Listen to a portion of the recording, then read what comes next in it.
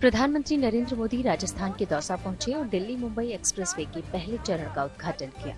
पहले खंड के उद्घाटन के बाद दिल्ली से हरियाणा के सोहना होते हुए राजस्थान के दौसा और लालसोट तक 246 किलोमीटर का हिस्सा जनता के लिए खोल दिया गया। अब दिल्ली से जयपुर जाने में सिर्फ 3.5 घंटे का समय लगेगा। इसे बनाने में 12,000 करोड़ से ज्यादा की रकम खर्च हुई है। उद्घाटन के बाद प्रधानमंत्री मोदी ने कहा कि इंफ्रास्ट्रक्चर में निवेश से और निवेश होता है। प्रधानमंत्री मोदी ने ये भी कहा कि सबका साथ सबका विकास ही राष्ट्र के लिए हमारा मंत्र है और हम इसका पालन करते हुए समर्थ भारत बना रहे हैं।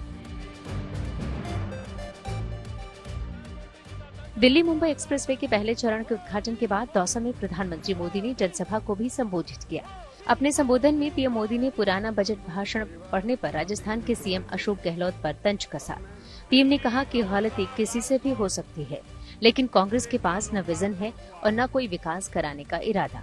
कांग्रेस का काम सिर्फ घोषणाएं करना है, जमीन पर लागू करने का इरादा नहीं है। सवाल ये नहीं है कि उन्होंने विधानसभा में कौन सा बजट भाषण पढ़ा। सवाल ये है कि साल भर पहले जो भाषण पढ़ा था वो डिब्बे में रखा था और उसी को निकाल कर फिर पढ़ दिया। गहलोत पर चुटकी लेते हुए पीएम मोदी ने अपनी एक पुरानी कहानी भी सुनाई। जमीयत उलेमाए हिंद के अधिवेशन के आखिरी दिन मौलाना अरशद मदनी के बयान पर जबरदस्त बवाल मच गया। मदनी आरएसएस चीफ के उस बयान का जवाब दे रहे थे जिसमें उन्होंने कहा था कि हिंदुओं और मुसलमानों के पूर्वज एक हैं। मदनी ने कहा कि तुम्हारे पूर्वज हिंदू नहीं मनु थे, यानी आदम। मदनी ने यहाँ तक कह दिया कि ओम और अल्लाह एक ही हैं। उनके इस बयान के विरोध में अधिवेशन में पहुंचे अलग अलग धर्म गुरु मंच छोड़कर चले गए। मौलाना मदनी के बयान का जैन मुनि आचार्य लोकेश ने विरोध किया। उन्होंने कहा कि ये अधिवेशन लोगों को जोड़ने के लिए हो रहा है, ऐसे में इस तरह का बयान कहाँ तक जायज है। हालांकि बाद में अरशद मदनी ने कहा कि जैन मुनि को मंच नहीं छोड़ना चाहिए था। बीजेपी अध्यक्ष जेपी नड्डा ने ममता बनर्जी पर हमला बोलते हुए कहा कि पश्चिम बंगाल में जंगलराज चल रहा है। बर्धमान जिले में एक रैली को संबोधित करते हुए जेपी नड्डा ने कहा कि महिलाओं पर अत्याचार के मामले में आज पश्चिम बंगाल चौथे नंबर पर है। एसिड अटैक के मामले में पहले नंबर पर है। ममता दीदी के राज में यहां महिलाओं की निरंतर दुर्गति जारी है। जेपी नड्डा ने ममता बनर्जी की पार्टी पर हमला बोलते हुए कहा कि टीएमसी में टी का मतलब टोलाबाजी और टेरर, एम का मतलब माफिया और मनी लॉन्ड्रिंग, सी का मतलब करप्शन और कमीशन है। नड्डा ने ममता को आराम करने की सलाह दी।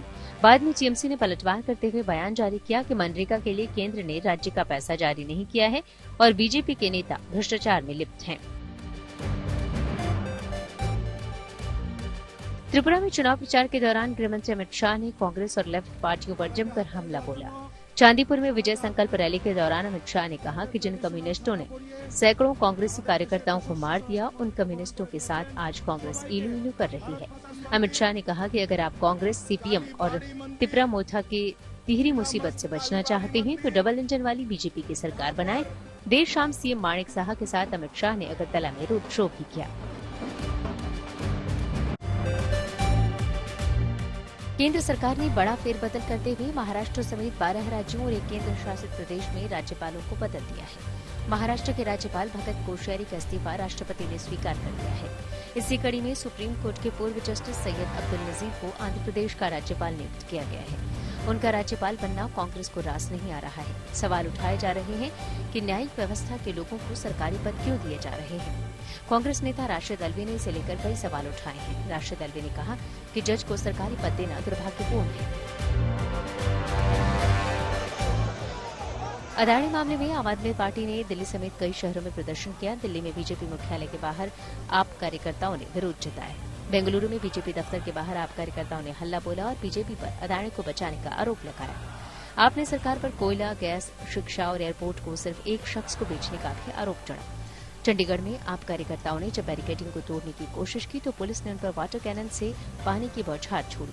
मुंबई, जयपुर और कोलकाता में भी अदाणी मामले को लेकर आम आदमी पार्टी ने सड़कों पर अपना दम दिखाया।